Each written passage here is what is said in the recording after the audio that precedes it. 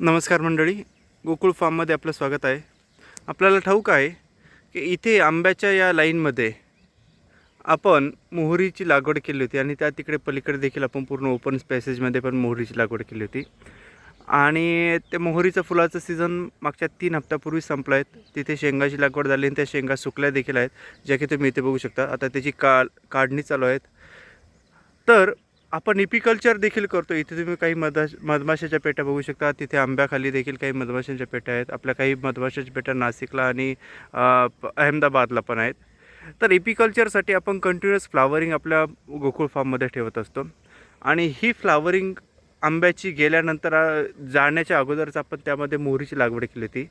मोहरीसोबत आपण डिंगऱ्याची लागवड केली होती. आणि इथे बघू शकता तुम्ही की आपल्याला इथे काही बाजरी देखील दिसेल. आता ते बाजरी आहेत मधमाशांसाठी. त्याचसोबत तीच आपण इकडे सूर्यफुलाची लागवड देखील केलेली आहे. सो आता सूर्यफूल फुलायला सुरुवात झालेली आहेत आणि एवढ्या एक 4 गुंठ्यामध्ये 4 ते 5 गुंठ्यामध्ये आपलं सूर्यफूल आहेत, जे की आता फुलायला सुरुवात झालेली. इथून असा भाग आहे आणि त्या तिकडून असा पूर्ण कव्हर केलेला आहे तो एल फॉर्ममध्ये. हे पुढील 2 ते 3 आठवडे सूर्यफुलाचे असतील. सूर्यफूल आता जस्ट सुरुवात झाली आहेत फुलायला आणि मधमाशा देखील खूप साऱ्या बसत आहेत. हे बघू शकता तुम्ही. तसंच पुढे देखील जर बघितलं आपण तर इकडे देखील बघा, हे मधमाशा आहेतच प्रत्येक ह्याच्यात. तर या इपिकल्चरसाठी म्हणजेच मधमाशांसाठी आपण फुलांची लागवड करतो. खाली आपण भुईमुगाची लागवड केलेली आहेत.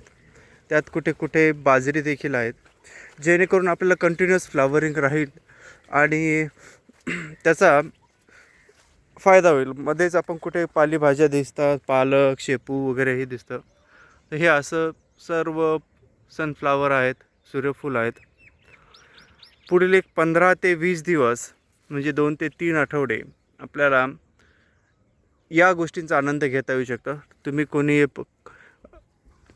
कपल असतील, जे नवविवाहित असतील किंवा कोणीही नागरिक असेल, लहान मुलं असतील, यांचं फोटोशूट करायचं आहे छोट्या बाळांचं, महिलांचं, तर नक्की तुम्ही गोकुळ फार्ममध्ये पुढचे 2 ते 3 आठवडे येऊ शकता आणि या गोष्टींचा विनाशुल्क आनंद घेऊ शकता. तुम्हाला कोणताही पैसा द्यायचा नसतो, काही नाही. आपण इथे फक्त फार्मिंग रिलेटेड गोष्टी करत असतो, ज्या पूर्णपणे ऑर्गॅनिक आहे. इथे कोणते केमिकल वगैरे फवारलं जात नाही, कोणते केमिकल रासायनिक खतं टाकली जात नाहीत. त्याचसोबत तुम्हाला इथे पुढे मेथी घास दिसेल. मेथी घासाचा उपयोग आपण जनावरांसाठी करतो आणि इथे देखील आपण शूटिंग करू शकता. इकडे आपला हॉर्टिकल्चर भाग आहेत आणि त्यामध्ये आपण कोको पद्धतीने पिकं देखील घेतो. तिकडे मल्टीलेअर फार्मिंगची आता पुन्हा सुरुवात करायची आहेत आपल्याला. आणि इकडे आपला फार्म हाऊस आहे.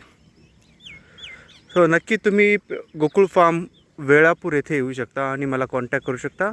माझा कॉन्टॅक्ट नंबर आहेत 95 27 72 45 72. धन्यवाद.